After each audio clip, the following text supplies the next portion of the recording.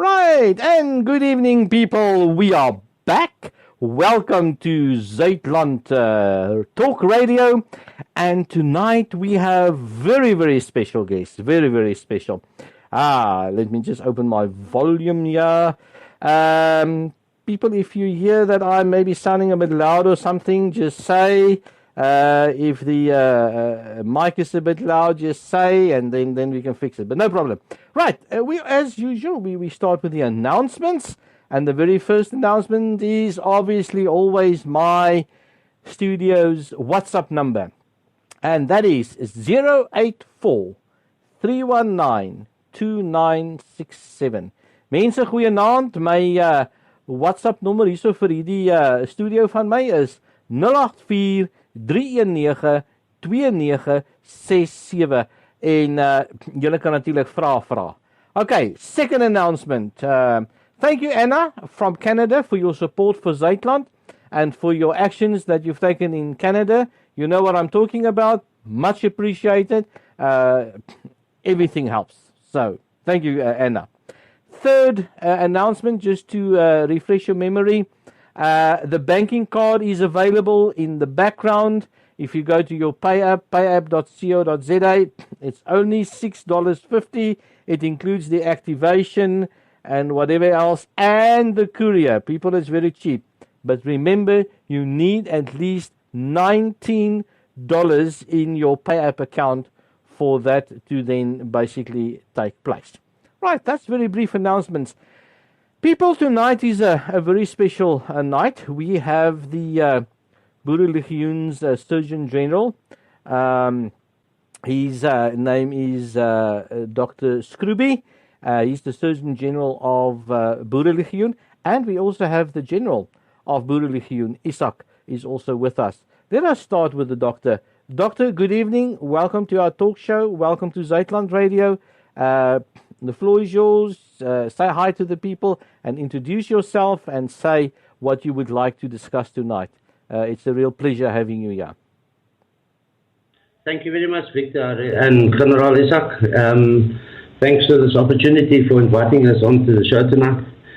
What I briefly would like to do, just explain to the viewers tonight, and then obviously to get as many supporters as we can, because between Genl Izak, myself, and the Northwest region, with the many in it, we have put together the medische gezondheidsdiensten for the Boerelegioen. And we are on a real recruitment drive now to be able to bring in any people with medical knowledge, no matter how big or small. Obviously, we know what's heading for us in South Africa today. And we want to be prepared. And obviously, by being prepared at the end of the day, Victor, is that we need all facets to come and join the Boerelegioen. Yeah. I think we stand for good things, and we are right at the end of the day. Basically, coming back down to also explaining tonight of exactly what our role is in the Boerelegioen and how we structure and how we're going to be structuring everything. So yes, we're prepared to take on questions from anybody that has got their worries or concerns, and I think it's just knowing at the end of the day, people that are sending their husbands or their wives off to join BL, should the time arise that they know their medical needs are covered. And I think what more could a person say about that at the end of the day, Victor? Yeah, sure. I think as the night progresses, I've also got a few questions, and as we go on, we will answer them basically one by one. But yes, Doctor, it is very true. Myself being a veteran today, I was privileged, being a active serviceman, in Angola on the border and stuff, and people have such a misconception, of what we did there. I've never considered myself a GV, grensvechter. I always understood the roles of everybody else, and even though we were quite right in the front lines, let me tell you one thing. If I look back today, although not just today, but many years, you're important people, with any organization. it's not specifically the front people, but it's the support they get. And obviously, we had some of the best medics ever out, doctors, but then also, the clerks and the chefs and everybody like that. And a supportive role is just as important as basically anybody else, that does the patrols and so on. So yes, that's very, very good. Isak, goeienaand. Ons praat met jou ook. Goeienaand generaal. Baie welkom hier so by die stasie. Jy is mos goed met 'n openings inleiding. So, gee vir ons 'n lekker openingsinleiding en wat wil generaal vanaand bereik met hierdie gesprek vanaand saam met Dr. Scrooby. Baie dankie Victor weer vir die geleentheid na Dok.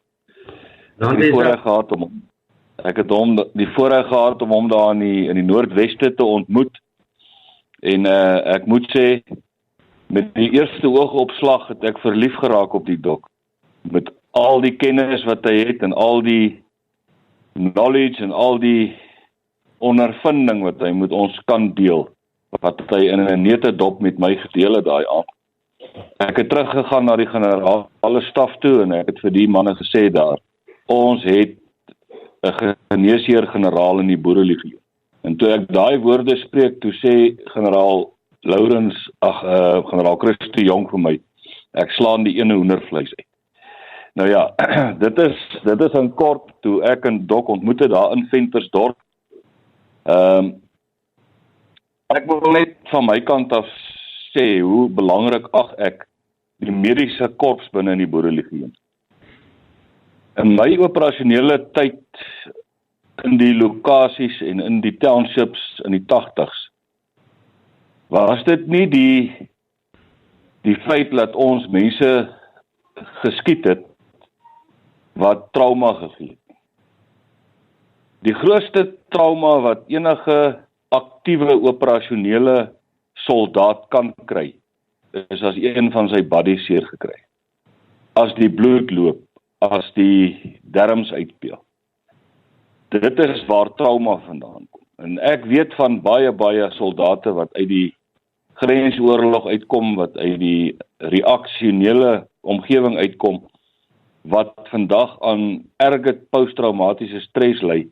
Nie omdat hy op terroriste geskiet het nie, maar omdat hy van sy makkers verloor het. En baie van daai ouens ly aan skuldgevoelens. Hulle ly aan ongelooflike skuldgevoelens, omdat hulle wou help, maar hulle kon dalk nie help nie. Hulle het nie die kennis gehad, nommer 1 nie, en nommer 2 nie die selfvertroue gehad. En dit het baie probleme veroorsaak. En ons moet dit, binne die operasionele deel van die Boerelegioen, moet ons dit regstel. En ek glo dat die Dok is die regte persoon wat vir ons, saam met sy span, wat alreeds aktief is, vir ons daai opleiding en knowledge gaan gee. Wonderlik. Ja, nee, dit is baie waar, generaal. Ek moet eerlik met jou saamstem. Doctor, to come back to you, as a presenter, I have to be neutral, and I think many times I have to be devil's advocate. I have to play that role a while. I'm going to ask you straight out, why did you decide to join the Boerelegioen? And I want you to answer me from this point of view. You're an educated man. You're a doctor. You're not somebody that does an average job. You have a very high profile job, and thank you very much. And you give a big service to the community. I mean, now you meet somebody like Izak and Boerelegioen, and I mean there's a lot of other organizations out there and stuff like that. And a lot of times people associate these organizations like Boerelegioen and many others, wrongfully, obviously, that it's just, common people, trying to play army or trying to instill fear or something like that. You catch my drift. Why do you, as an educated doctor, why do you associate with a place like Boerelegioen? What is your convincing factor? Give us your convincing factor. Why are you, as a medical doctor, an educated man, involved? And wanting and going to help us, an organization like Boerelegioen? Obviously, you must have some drive. What is your drive to do that? Victor, a very good question. I've been part and parcel of the military for practically nearly 20 years. I served 10 years in the old regime, 10 years in the new regime. And basically, I've been working, well, not just with the military itself, but with specialized private sectors as well, right through Africa. There's a great need for us at the end of the day. You know, you were just explaining now you're a veteran yourself, and yes, you must understand, I'll never put anyone down, regardless what were you in the army. Every part and parcel, every facet of the military, if there's a human being him a clerk or whatever he is, or a chef, or a potato peeler for that instance, they've got a good role to play. Because you can't roll out military soldiers without making sure their stomachs are fed. Second to that, to see to their needs, their medical needs. When I looked at, I was invited to come through to the Boerelegioen.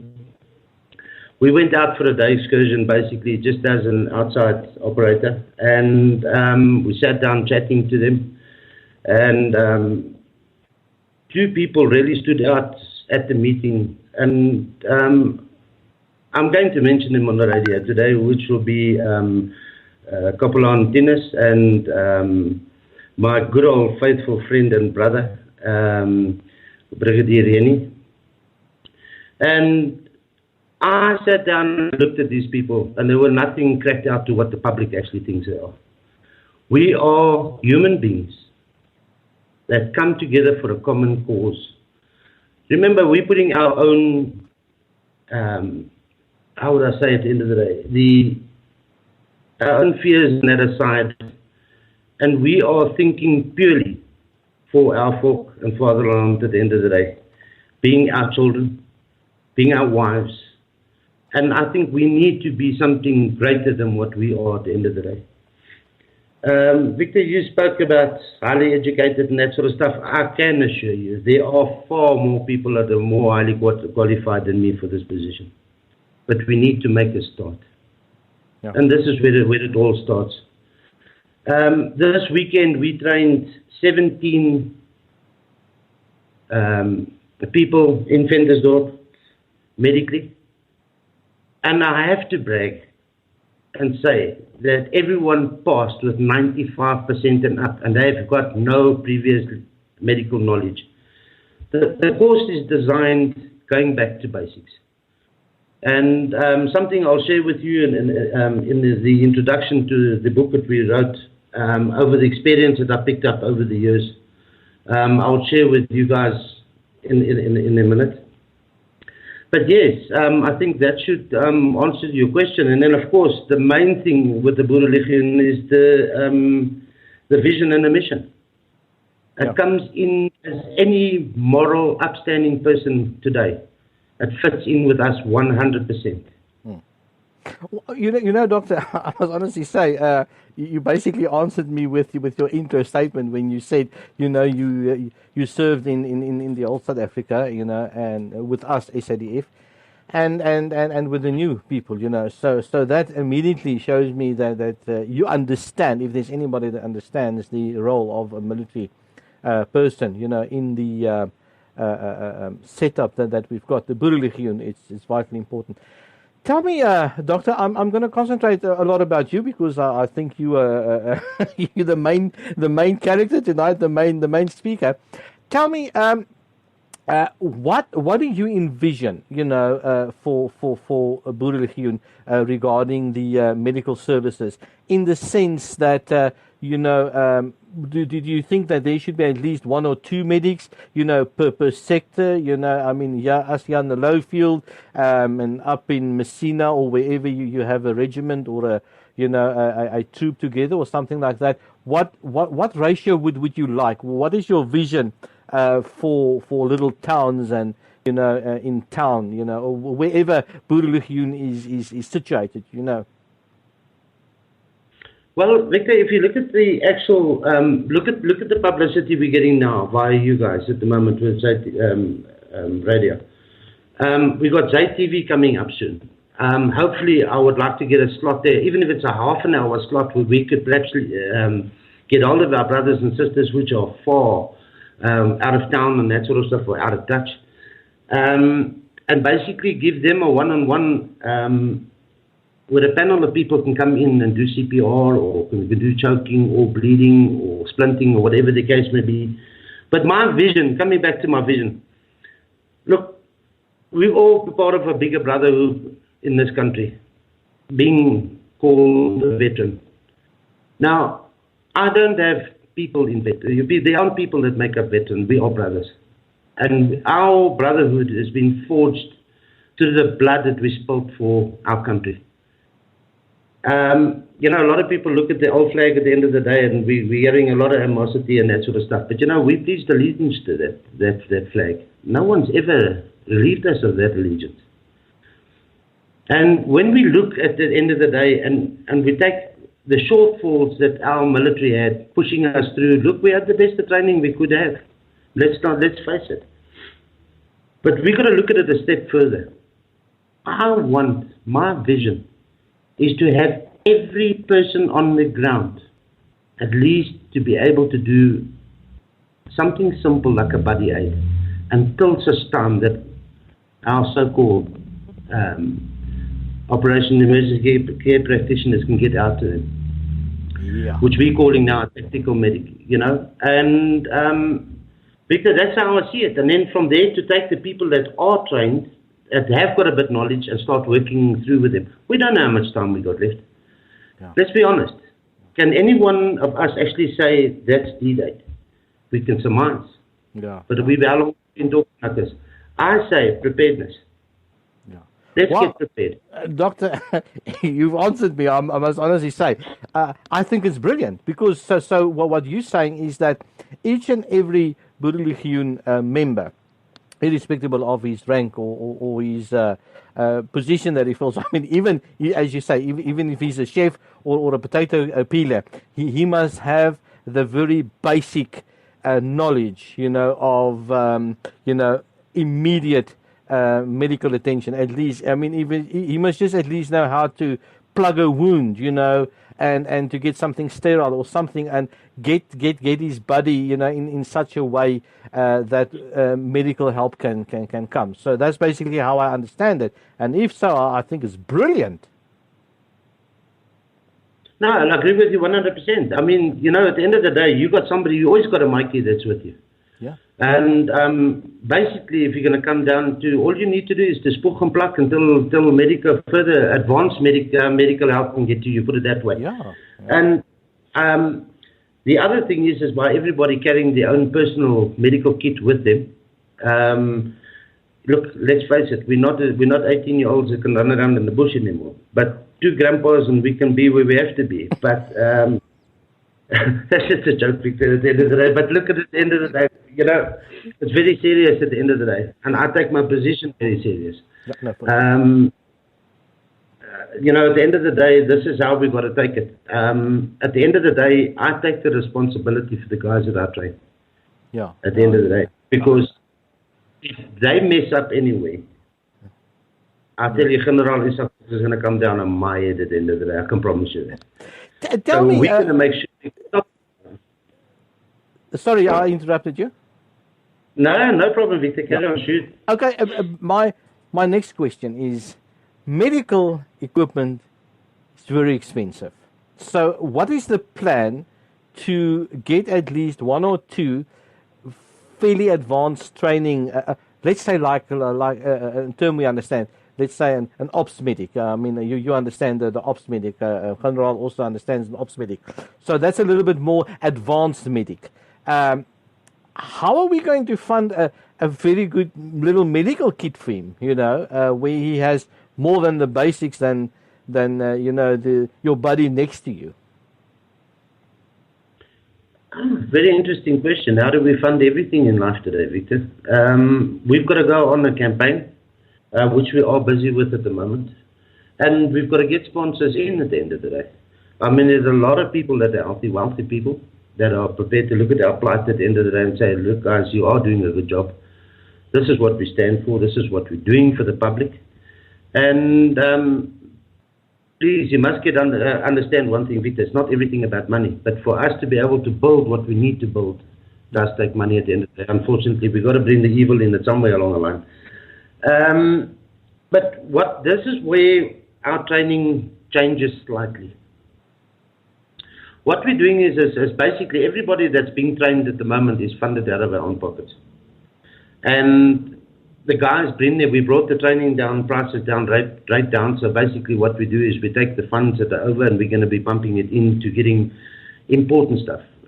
We've already got a couple of blood pressure machines now that is just electronic blood pressure machines that has been sponsored to us, which is fantastic. It came out of nowhere. You know, I'm not just going to go out on a limb here and say, look, we're looking for sponsors and that sort of stuff and appeal to the public and say, oh yeah, these guys are after money again or whatever the case may be.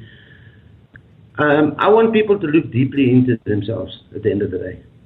If you are part of the BL group and you go out and you get injured, is it not nice to know that the BL have their own support group, trained people that can sort your loved ones out on the scene within that golden hour that we're looking at? Your chances of survival is then between 80 to 90%. And this is what we're looking at the end of the day. This is why what we're saying is everybody carries his own little pouch, which we will introduce soon. And one of the basic rules is our medic can't carry all the equipment with him. So he's going to carry 2 patients at max. And basically the rest of the bandages must come from you as the individual. So you must have it with you all the time. Look, obviously if you lost it somewhere along the line, we will provide. But this is how we're operating at present. Yeah. You know, that's very interesting, Doctor.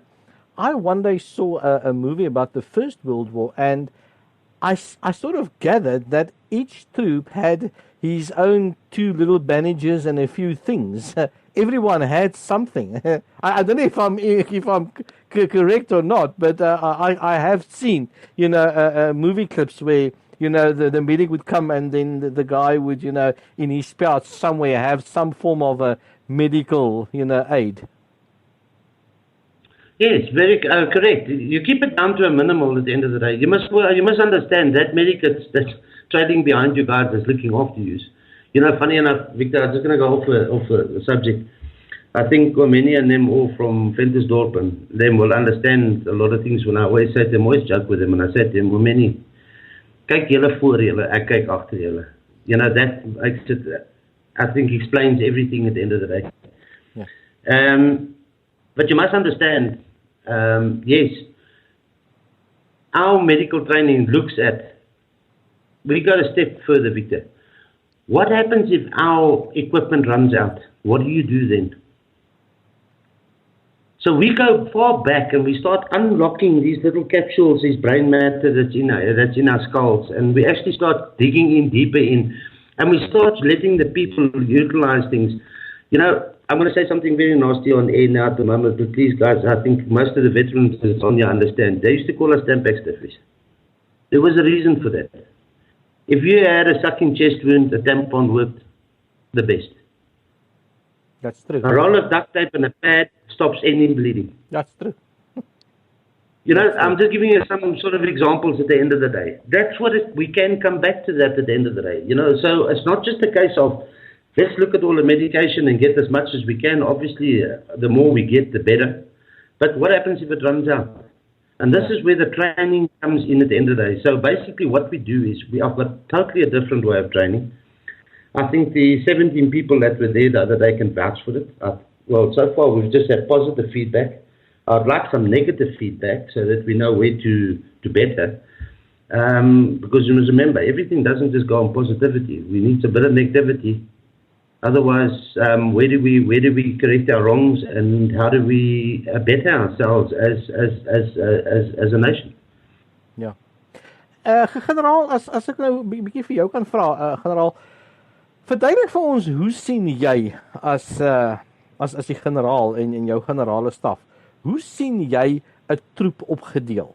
Kyk, 'n peloton. Kyk, 'n peloton is mos 30 mense. Wie wil jy in so 'n peloton hê? Wat se tipe ratio wil generaal in so 'n peloton hê? Victor, ek dink die hele Boerelegioen is geskoei op daai beginsel. Van jou bataljonne en jou kompanies wat op grondvlakke werk. Maar binne in elke woongebied moet ons probeer om pelotonne by mekaar te maak. 36 het hulle ons laas uitgewerk. Waarvan 'n deel kan jy maar sê jou bestaan uit jou wapendraers. Ek wil amper sê 1/3 van die peloton. Wapendraers is jou handwapens en jou groot gewere, jaggewere, skerpskutters. Hulle moet daar wees. Dan het jy jou rondom verdedigingsspanne, die ouens wat 'n kordon om 'n woonbuurt of 'n meentuiskompleks kan trek. Wat fisies verdediging kan doen, en dan het jy jou ondersteuningsgroep wat 'n grootste deel van die peloton uitpak. En dit is die heel belangrikste kern van die peloton, is jou medics, jou chefs, jou kosmakers, die ouers wat na die kinders kan kyk. Wanneer daar 'n aanval kom en daai plek word geïsoleer, met ander woorde, hy word beveilig, waar al jou onskuldige burgers binne-in is, het jy daai hulpdienste nodig om te kan help. En elke peloton moet nie net een medic hê nie, hy moet ten minste drie medics hê.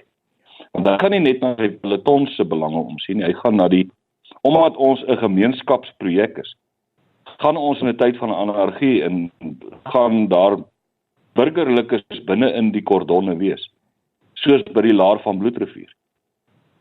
En dan het die mediese korps het 'n ongelooflike groot verantwoordelikheid daar om toe te sien en om te sien na. Want daar kan, as dit vir onbepaalde tye is, kan daar siektes uitbreek, higiëniese toestande, siektetoestande ontstaan as gevolg van gebrek aan higiëne en al daai tipe van dinge. Vuil water. Daar's baie scenario's wat 'n ou vir jouself kan uitwerk wanneer daar 'n staat van totale anargie is en jy is vir 'n tyd lank geïsoleer binne in 'n bepaalde gebied. Dan is die rol van die mediese korps ongelooflik belangrik. Ja, nie pragtig. Okay, mense, ek gaan vir julle vra, my nommer, my WhatsApp nommer 084 319 2967. People, please send your questions, medically related questions, anything you would like to ask the doctor or Genl Izak van Zyl, anything. The number 084 319 2967. It's in half an hour. We're going to go for a little break, just an ad break and a lekker song. And when we come back, we will then continue this discussion. So, enjoy. Do you and a group of friends want to go out and have a good time without worrying how you're going to get home? Drunk driving? Well, my name is Riza and I'm from Pursuit Transport, and we offer professional, reliable and safe transportation services. We have 15 and 22-seater buses, and we offer transport for corporate events, parties, airport transfers, birthday parties and much, much more. Please contact us. Our number is 066 176 8955, or you can email us at pursuittransports@gmail.com.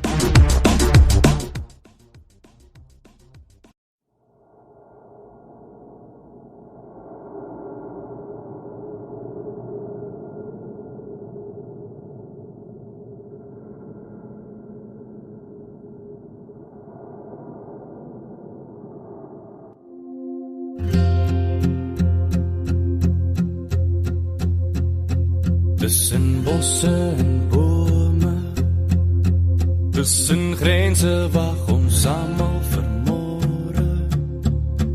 Maar op 18 was ons almal verlore. Hoe kan ons verstaan? En wie veeg nou ons lewe? net God alleen weet waaroor ons bewe. Want op 18 wou ons almal net lewe. Net een slag toe was jou lewe verby. Roep jy na my, roep jy my terug na die kaplyn, my vriend.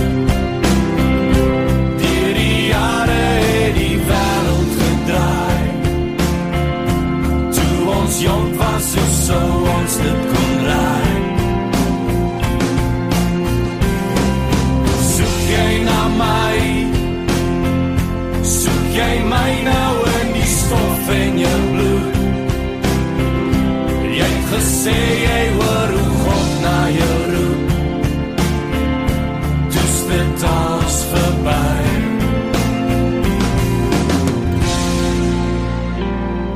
Na al die jare ver verlore dryf ons rond in ons dade.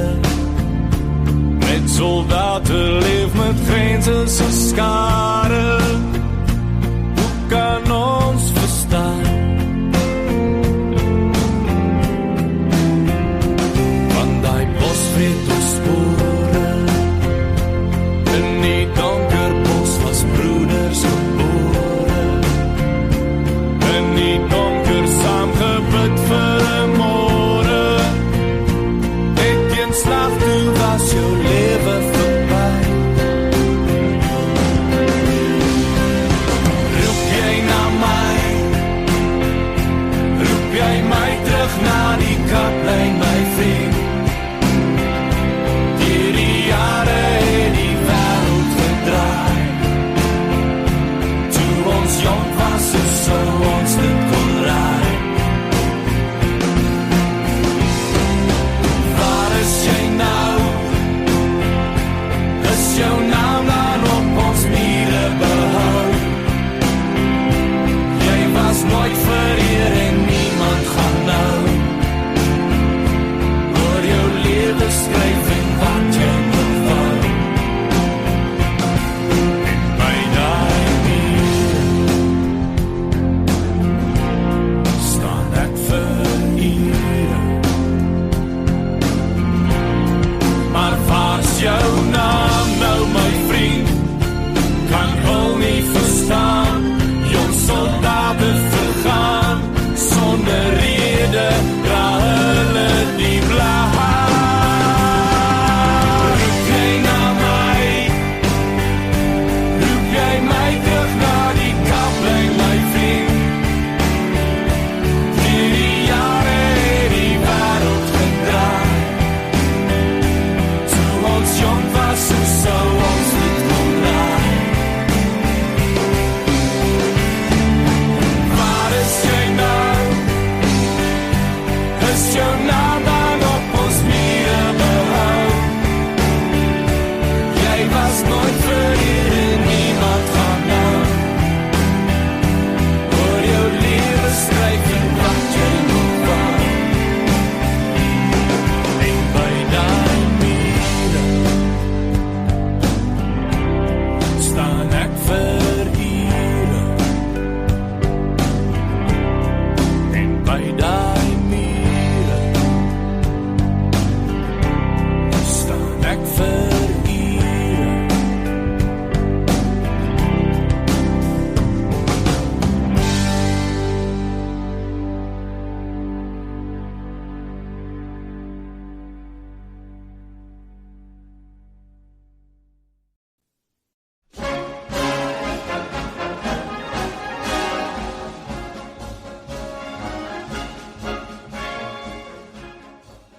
Goeiedag. My naam is Izak van Sail. Ek is die trotse bevelvoerende offisier van die Boerelegioen RSA. Ek nooi u een en almal uit om deel te word van ons beweging. U kan nou gaan aansluit deur die webwerf www.boerelegioen.co.za. Almal is welkom. Ons nooi veral weerbare jong manne en dames uit wat van die beste beskikbare opleiding sal kry. Ons nooi ook oud polisie en weermagveterane uit wat u inset kan kom gee om ons burgers veilig te maak. Baie welkom. Ons nodig almal in die Boerelegioen. Vrede en seënwense vir almal van my, Izak van Sail en die Boerelegioen.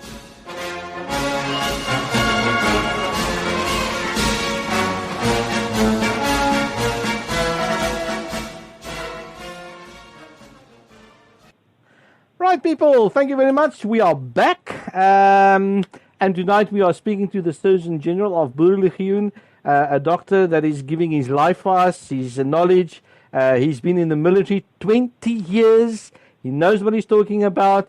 And please, people, I see there's a few questions. If there's anything, let us know. 084 319 2967. Just type your questions there. We're going to do questions and answers now at the moment. Maar mense, asseblief, mense, ek vra julle baie mooi, julle het nou die advertensie gehoor van Boerelegioen. Asseblief mense, gaan na boerelegioen.co.za, gaan na die skakel toe wat sê sluit aan, gaan soek daar rond, hulle gaan vir jou help. Weerbare jong dames, mans, ons praat vanaand oor die mediese korps, mense baie belangrik. Ag mense, en as jy nou 'n medic was, man, kom help ons 'n bietjie. Jy weet, ek bedoel, ons het mos nou al hierdie joppie nou al voorheen gedoen, jy weet, en ek het een ding vertel, die verskil is nou gaan ons dit toepas met ons vrou en ons kinders en ons seuns, jy weet, hy mag miskien 22 of 25 wees, hy het nie die ondervinding wat ons het nie, en mense, hier is 'n guldige geleentheid om hierdie stelsel vir ons baie mooi aan die gang te sit. So asseblief mense, boerelegioen.co.za, gaan soontoe en dan gaan sluit daar so aan, word deel van ons, dit is werklik waar baie nodig. Right, doctor, a question from you, and I don't know who the person is. Yeah, David from Vryheid. I need the reason why I know it, because I didn't delete his WhatsApp. David, right, what about when chaos breaks out? Generally, medics are shot to prevent their helping their own people. What about that? This is just a scenario that came up hearing about field medics. What is your answer? That's an interesting question. Thanks, David. Well, let's put it this way. Firstly, we know what we're there for. We're there to serve the brave at the end of the day. And we will do whatever we can to ensure that our brothers and sisters get out alive, number one. Number two, I think you must realize that joining an organization like the Boerelegioen, you are a prized possession at the end of the day. These guys will go wherever they need. They'll climb every mountain to ensure your safety at the end of the day. It's like everywhere, and I've announced it this weekend as well during our training. Believe it or not, you are a target, and the next target is your signaler. Because once you take those two out, you're starting to thin out your platoon at the end of the day. Yeah. So yes, very true. But believe me, the guys go far and beyond what they call a duty at the end of the day to ensure of your safety, because after all, we are there for their safety and their well-being.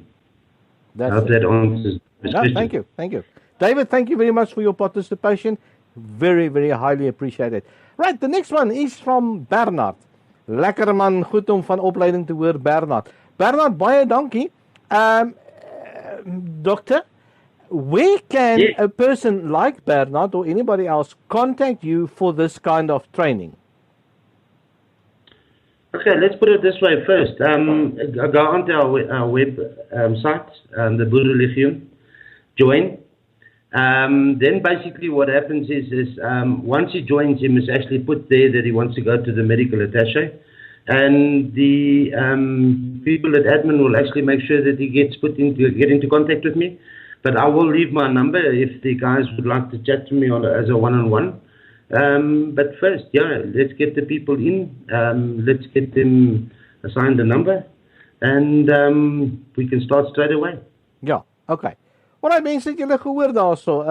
Soos ek net nou gesê het, asseblief gaan na boerelegioen.co.za, gaan klik daarso en ek sal op die WhatsApp groep sal ek nou wanneer die program verby is, wie hulle webwerf daar sit, jy net op daar kan klik en dis 'n inligtingsgroep daardie. Gaan dan na die webwerf toe en dan kan ons nou sien waar pas jy in en dan kan ons nou reël vir jou vir opleiding. Reg. Volgende een, Doc vir jou. Hi Doc.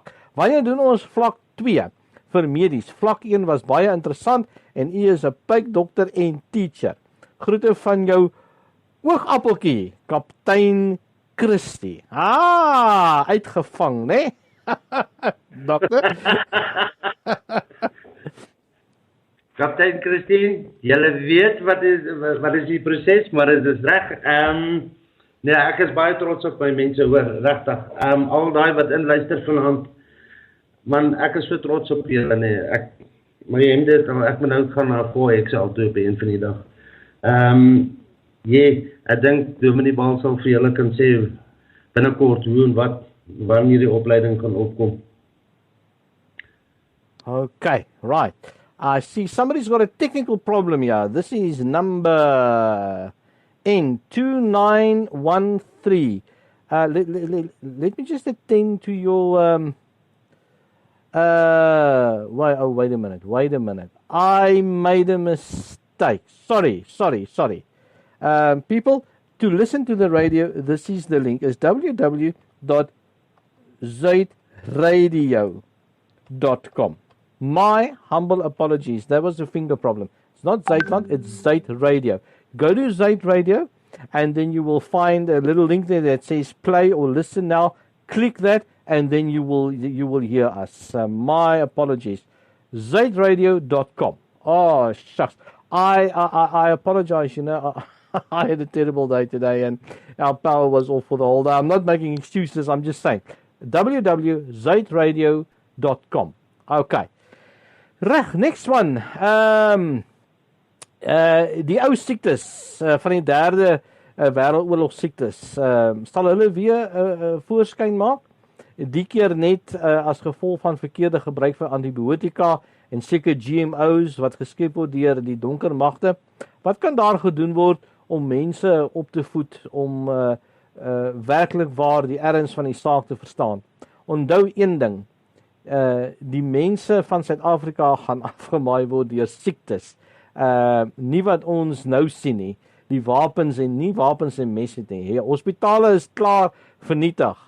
En as die water in krag gaan dit nie mooi wees nie. Ek wil nie weet hoe dit lyk nie. Dis van nommer 0709. Doctor, you know, I have to agree. I remember some years ago, my brother got a illness in his mouth, and then we took him to the doctor, and the doctor said, my word, he hasn't seen this for a long time. It was apparently trench mouth. And one day I saw a documentary, and there's actually a question I also wanted to ask. I forgot about it. What about, these terrible illnesses? How are you going to deal with a common thing like a cholera outbreak? Let's, for instance, say there was a problem and the people are there and they're now protected and stuff. And now they get something like, just a common sickness, the cholera, or maybe something else. Tell us about what can happen and I think it'll take a whole evening. But just give us basically in a field situation like that, what can happen about illnesses, like cholera, waterborne diseases and others, which obviously I don't know. What is Boerelegioen got in place, to try and prevent that or treat that or anything like that? Well, look, Victor, it comes down to basics again. There's protocols for that. Should something like that bang up where the whole place is then cordoned off and quarantined, then obviously we'll send in a group of doctors, obviously, and nurses and that, which will be able to attend to our people. Not highly possible, but yes, it can happen. We have seen it in the news the past 6 years. I think if you actually go back, there are a lot of diseases that's raising its ugly head again. Look at this country, for argument's sake, how often does anthrax come out? Every now and then we have a scare, and that's normally every 4 to 5 years. But, we've got to look at it holistically, take it as it comes, and then work with it there to quarantine it, to stop it from spreading onto other camps and that sort of stuff. So, but it all comes down basically at the end of the day. This is why we're on such a drive to get everybody in. If you remember in the military days, we used to have fly spies that used to go around. Man, those guys done fantastic work. And if you had to shovel latrines and burn it with diesel, there was a reason why it had to be done at the end of the day, to stop the outbreak of all sorts of E. coli and all this sort of stuff. And yes, I've got to say, the doctors today, it's very easy. You talk to every household throughout South Africa. How often do you hear antibiotics come up? It practically comes up in every conversation. Yeah. And it makes me mad, and it makes me very worried at the end of the day, because the doctors are dishing out antibiotics too easy. And what actually happens is these pathogens that we got in our body, let me tell you something, Victor. These little pathogens are clever. They actually will adapt to what you're actually putting into their body, because basically what you're trying to do is increase your own body's immune system to overpower these pathogens. But what we are doing with a lot of the antibiotics and that today, we are suppressing it. It's like this guy that's got this AIDS so-called treatment now that you can come out to AIDS-free. Well, let me tell you, I've got a surprise for you. If you come out and you're AIDS-free at the end of the day, you are still AIDS carrier. All of it is they've just made the pathogens lie dormant within your system, and they can still carry it over. Yeah. Come a time of need where our nutrition and that is not good. Yes, all these ugly things can raise their head, but yeah, we are being getting equipped for it at the end of the day. That's our main role. That's our main role. Ja. Thank you. Okay, dit was van Gerard Snyman. Gerard, baie dankie vir jou vraag. Ook sien Ebola, Black Plague, blowing up from Madagascar. What medicines and most importantly, training education for civilians and the youth are and will be available? These are now for these illnesses. It's Gerard Snyman. Did you understand the question? Yeah, understood it 100%. Thanks, Gerard. Look, most of this stuff, you've got to treat them as they come. Bear in mind what I was saying, a lot of the stuff that we're going to do is we're going to go back to the old stuff at the end of the day. I love sitting and chatting to the old Boere aunties and Boere OMPs that we've got around. They are fantastic people, and they are a hive of knowledge. Now, I'm going to say this at the end of the day because, and I know I'm going to get into trouble for it sooner along the line, but you must understand one thing. How much of our new people today don't listen to their parents, don't even listen to their grandparents? They're sitting with all the knowledge. I mean, if you take it out of the voortrekkers, get from Cape Town to Johannesburg, over all those mountains, and I mean, we're not talking a day trip here, like we can do today. No, we talk about months. Yeah. You know, Victor, and at the end of the day, the whole thing boils down to, at the end of the day, how did they do it? Let me tell you something. Have you seen how many bushes you've got in your yard that you actually tell your boy to come dig out the stuff? Why is this bushes in my yard and that sort of stuff? 9 out of 10 times, that bushy that they're pulling out there, be it holy basil, be it wild lettuce. Well, just give you an example. Wild lettuce, for argument's sake, once you've actually extracted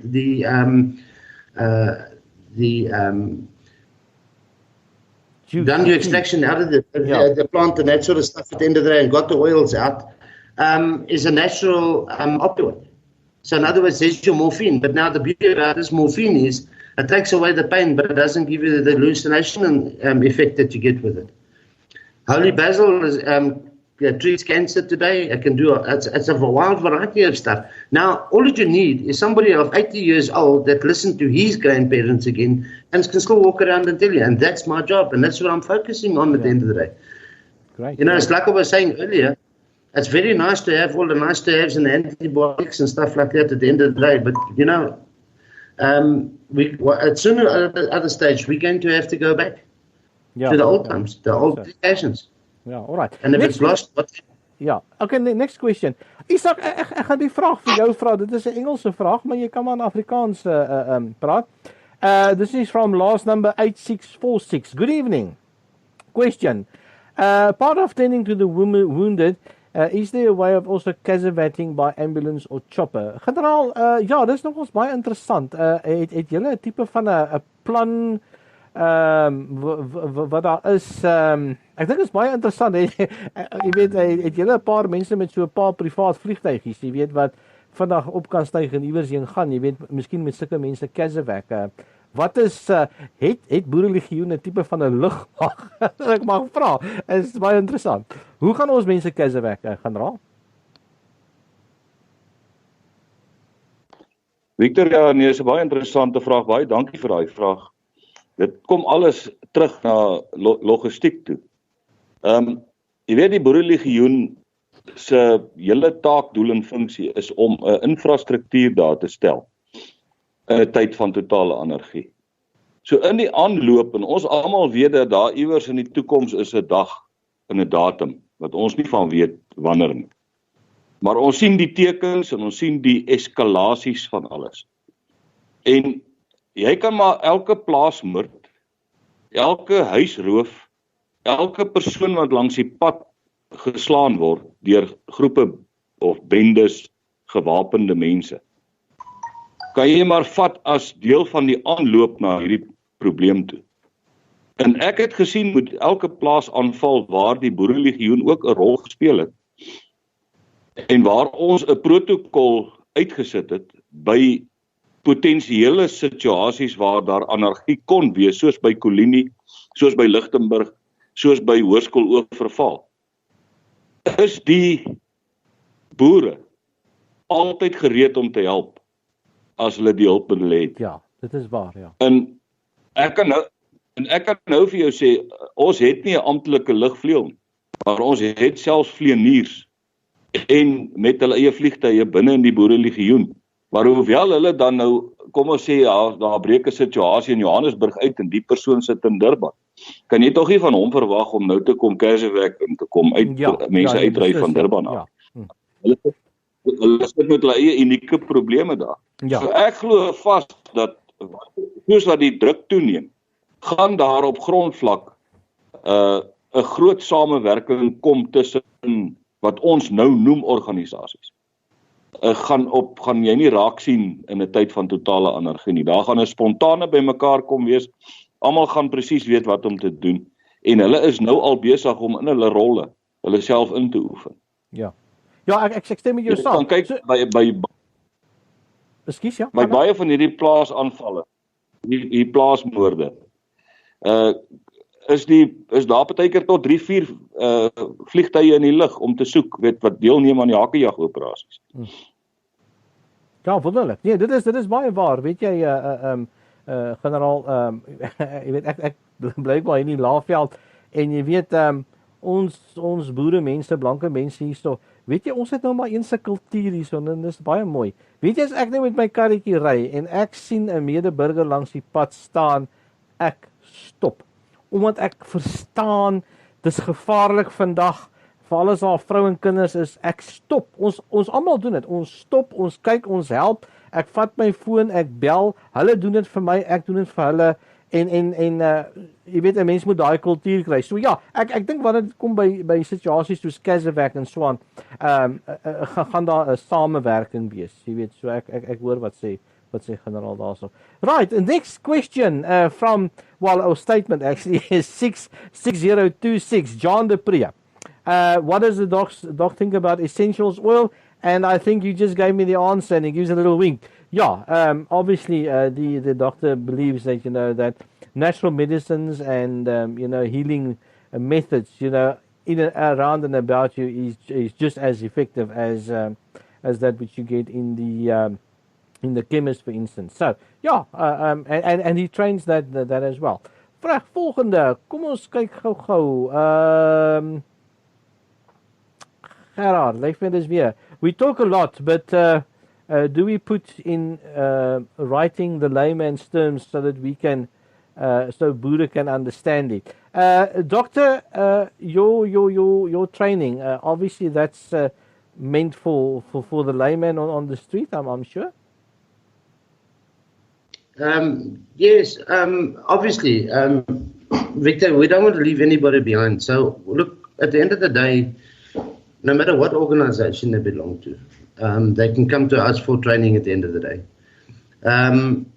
We've got to look at it as this holistically at the end of the day. And personally, you've got to look at it in a way where you can't just target the BL at the end of the day and say it's only for the BL members. We are looking to provide a service to all groups out there and individuals, regardless who you are. It's an essential need in every household. And I'm even going to stick my neck out and say, if you got from a 10-year-old child, I'll be able to give them some sort of training. And but you'll be surprised what it can do. Just go look at the statistics today on how children have saved parents. That's true. So, very important. Yeah, quite so. Okay, the next question. Let me just get my bearings here. Okay, no, there's nothing at the moment. Gentlemen, is there anything you would like to sort of end off with, or something you would like to add? We don't have to go now. There's no time limit. So it's not basically the end of the show. Is there anything you would like to add, either one of you? Izak, is daar ietsie wat jy wil graag byvoeg, wat jy wil sê na aanloop van hierdie gesprek?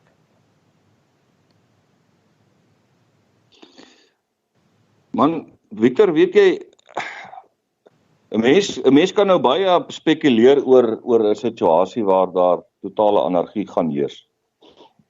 En ook al vir jouself 'n prentjie skets van hoe dit moontlik kan wees, maar ek dink die ouens wat first hands-on was in Bosnië en dan daai plekke, wat geweet het hoe dit voel om afgesluit te wees van die buitewêreld, waar daar nie gereeld kos inkom nie, waar daar nie gereeld water inkom nie. Dink ek, ons het 'n redelike databasis van getuienisse van mense, wat presies vir jou kan sê hoe die dinge onbehoort af te speel. En dan kry jy hierdie ouens wat as jy begin praat van totale anargie, dan sluit hy klaar af. Maar ek kan vir jou sê dat totale anargie is baie nader aan ons basse as wat ons wil glo. Kyk, ek het in 2016 toe ons met die Boerelegioen begin het ek nie 'n idee gehad waarvoor ek myself inlaat nie. Ek het net geweet, omdat ek in die polisie omgewing uitkom, dat daar 'n degenerasie is. En daar's nie 'n progressiewe bou in hierdie land na die 3 V's toe wat ons van praat, die vrede, veiligheid en vryheid.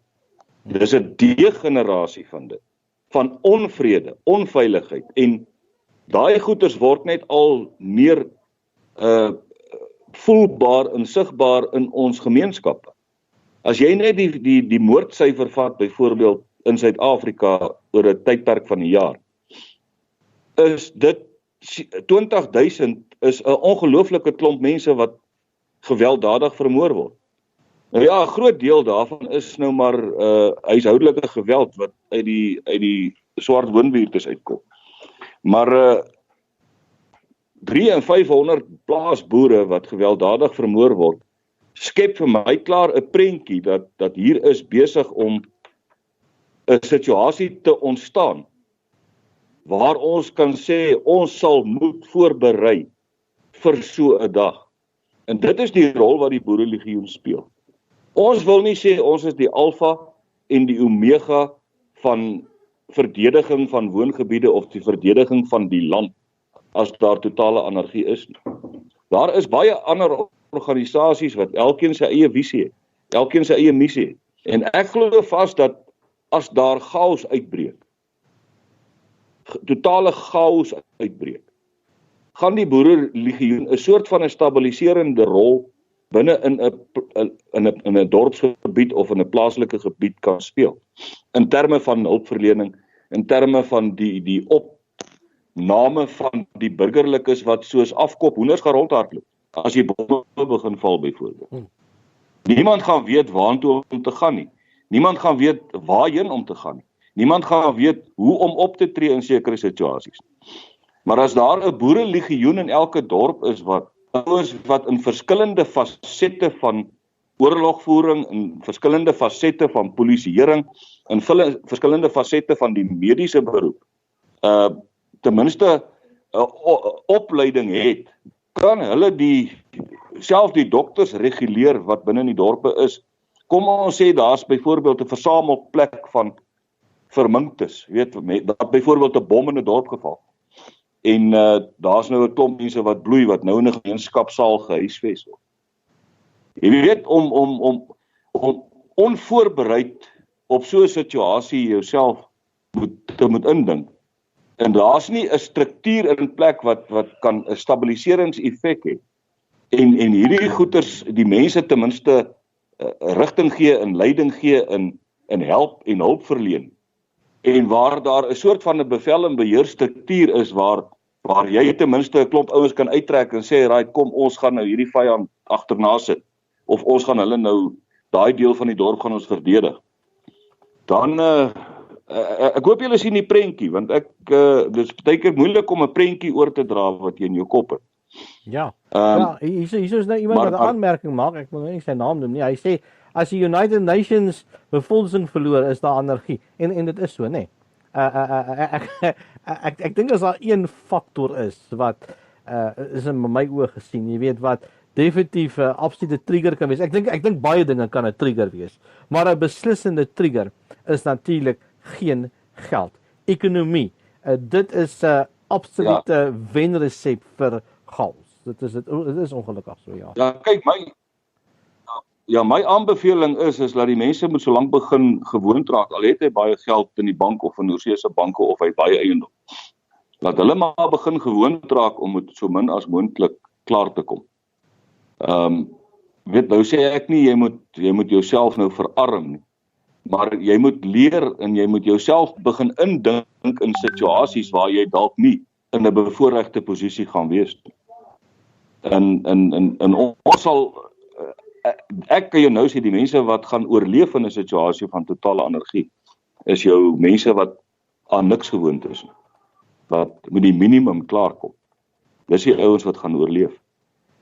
Ja, nee, dit is fantasties. Ja, ek wil net vir jou sê, die persoon wat nou hierso praat, hy sê ek is 49, met opsmedic, né? Ek-spes mag taak mag, baie lande gewerk. Die gord is gaar, amper tyd om te deel. Ja. Ja, nee, daar sê mense so, ja. Ons het mense hierso wat nou regtig na ons luister, wat nou weet waarvan ons praat. Baie dankie. Doctor, anything from your side that you would like to add or say, or where can we get? Okay, you said we can get hold of you from Boerelegioen. What would you like to add as a final point from your end? Okay, firstly, Victor, that ops medic just was on there now. I obviously know him. He's obviously from X7 Med. I want to put a challenge to him at the end of the day and say to him, come forward, brother. Come join our group. We're going to open your eyes, we'll give you a vision, and we'll give you a mission at the end of the day. Okay, basically, that you can sorry, doctor. Sorry to interrupt you like this rudely, my apologies. But I'm doing it for a reason. So you are giving a challenge to this person. Where can he contact you? Or are you prepared to contact him? He can contact me. I've got an open line. You remember, as Surgeon General in the Boerelegioen, I've got an open line to all personnel. And that's my challenge to them at the end of the day. And I'll give you my number, 076. Okay, wait a minute. You're going to say it slowly, because I'm typing it for him and I'm not the fastest presenter. 076. 981. 981. Hello? Oh, we lost you. Doctor, are you there? People, let me just check my connection, yeah? Doctor, are you there? You're not there. Okay, I tell you what, in a case like this is internet radio station and we work with connections and stuff. I am telling you what, let us quickly do this. Let us play a lekker song. Boerelegioen, Blok van Blerk, and let's see if we can sort something out in the background. We'll be back now. People, ons gaan bietjie lekker luister en ons is nou terug.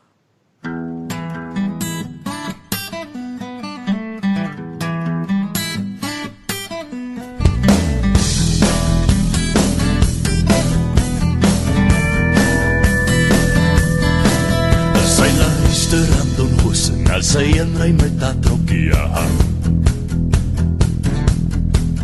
Sy dra nie baie make-up en sy lyk ook nie 'n rokkie aan. Sy eet biltong en braaivleis is sy feit soos 'n koei. Ek kan nie ophou dink aan hoe ek haar sou wil stoei. Sy rol haar oë as ek kyk vir haar high heels en stywe blou jeans. Val vir jou, soos die maan hier op die weer. En ek soek na jou net nog 'n keer. Die nacht raak toe, en is die bloed wat in my are gul. En die bootjie soek, 'n boerelegioen. Sy skreeu nie vir die VP, want sy lyk nie al die strepe aan. Sy's giftig soos 'n adder, sy sê kom 'n bietjie nader.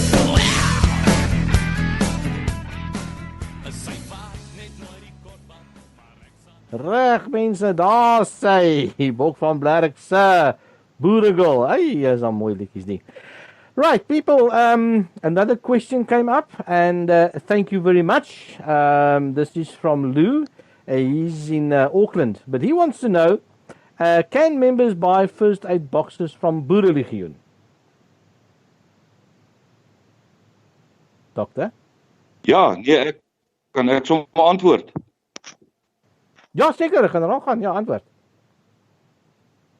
Okay, ja, nee, baie beslis, ons gaan vir Dr. Scrooby vra om vir ons 'n mediese kit saam te stel. Ons sal dit dan begin adverteer en dan kan die mense dit by ons bestel. Obviously sal hy vir ons die kostes en goederes deurgee en dan sal ons dit so vir ons lede en vir die publiek ook op die Facebookblad ons dit dan so adverteer. Ja, ek sien ja. Min of meer, generaal, hoe lank dink jy? Hoe lank wil jy so 'n projek maak? 2 weke of ietsie soos dit? Ja, ek dink die dokter moet wel vir ons sê hoe lank gaan dit omvat om vir ons 'n kit saam te stel. Hy behoort hands-on te wees oor wat 'n gewone huishouding nodig het. Ja, ek sien. In 'n tyd van kom ons sê totale anargie of in 'n tyd waar daar 'n probleem kan wees. En dan wat se goedjies daar alles moet inwees en dan moet hy net vir ons sê wat dit kos.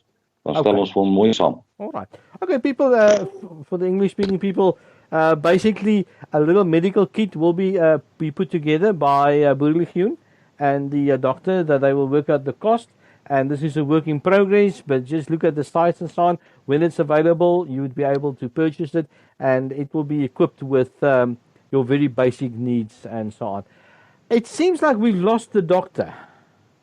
Doctor, is jy hierso? Where are you? No, he's not here. Okay. Izak, wil jy gou vir ons ter afsluiting net ietsie sê? En dan kan ons kan weer so 'n program maak, nê? Nee, dit maak nie saak nie. Wil jy ietsie ter afsluiting sê? En dan gaan ons uitspeel met Blok van Blerk, ons vir jou Suid-Afrika. Ek dink dit is baie van toepassing. Baie van toepassing en uitstekende keuse, Victor. Ek wil net vir almal wat ingeluister het vanaand sê baie dankie. Ek dink dit was een van, of kom ons sê ons het die ys gebreek vir een van vele gesprekke wat ons in die toekoms gaan hê.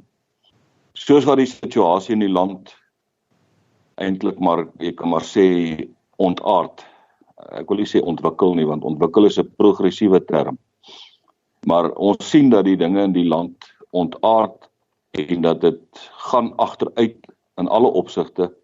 Ons almal probeer positief bly. Ek dink daar's groot sektore van die publiek wat eintlik half hoop verloor het. Maar ek wil tog vir die mense daar buite sê dat daar is hoop. Dis hoekom ons by die Boerelegioen die boere op ons knieë is. En elke keer as ek van my knie af opstaan, dan is ek hoopvol, want ek weet hierdie goeters gebeur met 'n groter doel in gedagte. En ons moet dalk weer die smeltkroes gaan om beter volk, 'n beter land aan die ander kant uit te kom. Maar ons gaan nie stil sit nie en ons gaan nie op ons lauwere sit en elke aand voor die TV sit en in 'n fantasiewêreld leef nie. Ons lewe hands-on binne die realiteite van elke gebied in hierdie land. Ons monitor elke situasie en soos wat die bedreiging ontwikkel, nou kom ons sê maar die bedreiging ontwikkel, moet die Boerelegioen ontwikkel. En nie net die Boerelegioen, die boere, die publiek, die wit minderheid in die land, moet saam met die bedreiging weerbaar raak. Ons sien te veel mense wat onverhoeds betrap word. Ons sien te veel mense wat oorval word binne hulle huise. Ons moet aanvaar dat ons in 'n land lewe waar die barbaar los rondloop en hy kry met stil sweye van 'n owerheid of deur die owerheid, die stilswyende goedkeuring van die owerheid om te doen wat hy doen. En ons moet nie staat maak op staatsmasjinerie om ons te help nie. Staatsmasjinerie is reaktief op hierdie stadium. Op die voorkomingsvlak is daar net die burgerlike samelewing wat sy rol speel in terme van buurtwag, die gemeenskapspolisieeringsforums, die reserviste, want ek sien in my dorp is die reserviste baie meer aktief as die aktiewe lede. So die burgerlike samelewing het 'n rol om te speel om aan die regterkant van die wet die dun blou lyn wat die skeidslyn is tussen vrede en anargie, die vredekant te dryf. En ons moet, in daai opsig moet ons positief bly. Maak nie saak wat op die politieke terreine gebeur nie, maak nie saak hoe die dinge gaan eskaleer nie.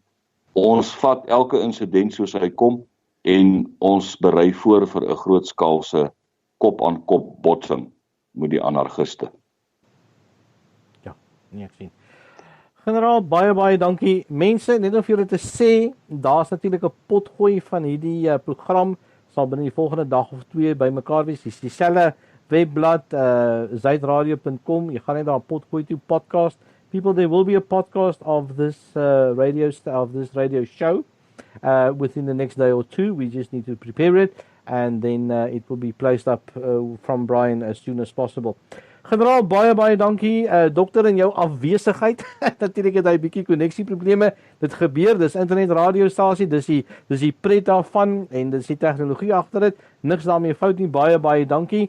Dankie vir almal se deelname, for your participation. Really, I appreciate it so much. It's nice to have an interactive program. I will not be here next week. There will be another DJ. We will announce it as time goes on.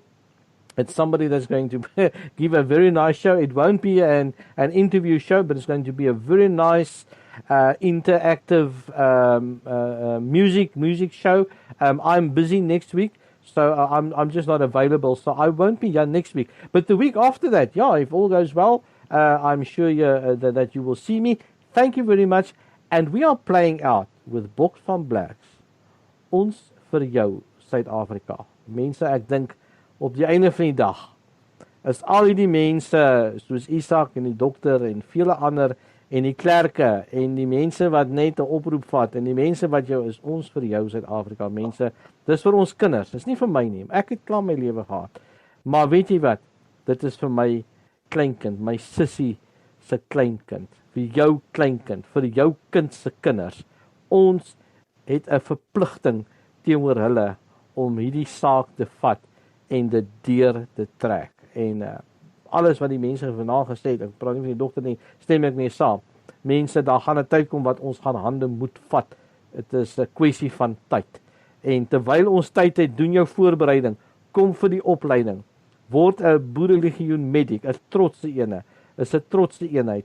Word 'n Boerelegioen lid. Maak nie saak wat jou rol is nie. Boerelegioen.co.za. Asseblief mense, ons het almal nodig. Weerbare manne en vroude en ons ou veterane, ons gaan jou nie vra om met 2,4 te hardloop nie. Ons sal maar met die kar ry. Dis alraai. Nee, ons het jou kennis nodig. Ons het jou teenswoordigheid nodig. Ons het almal nodig, ongeag wat jy gedoen het. Jy is vir hierdie volk van ons, hierdie mense van ons, goud werd, asseblief mense. Reg, kom ons speel uit met Bok van Blerk. Ons vir jou, Suid-Afrika. En dis hoekom ons hierdie Boerelegioen doen. Dis hoekom ons hierdie program doen.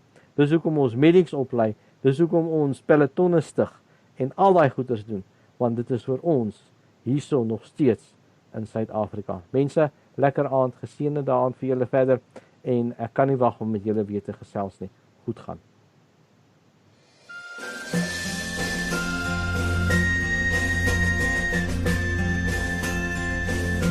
Ons kom uit die noorde, ons kom uit die suid. Verenig die bil, verenig die leeu, selfs die storms van wyd. Ons kom uit die ooste, trek saam uit die wes. Die haai langs die cheetah, gee altyd sy bes. Ons vir jou, Suid-Afrika.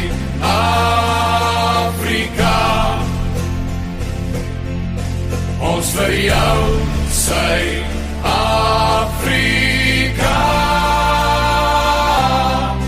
Geen nie om wie voor ons staan, soos 'n rots staan 'n nasie saam. Ons vir jou, Suid-Afrika.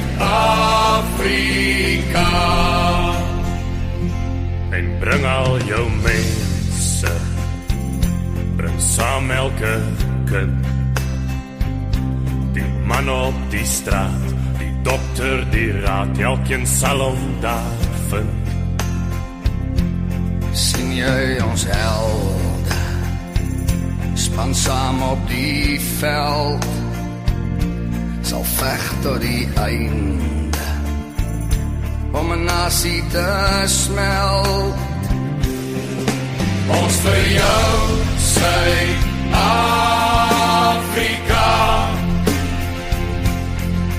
Ons vir jou, Suid-Afrika.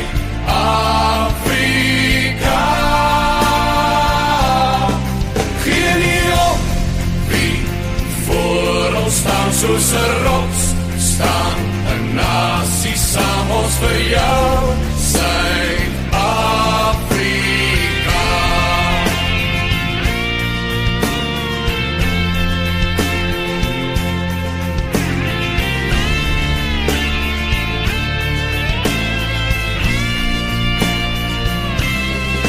Geen nie om wie voor ons staan, soos 'n rots staan 'n nasie saam. Ons vir jou, Suid-Afrika.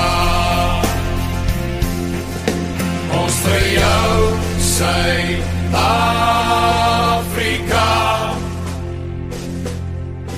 Ons vir jou, Suid-Afrika.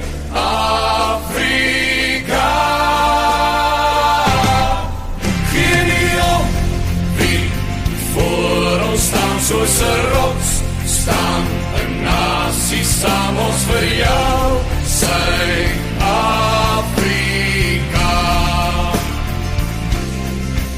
Ons vir jou,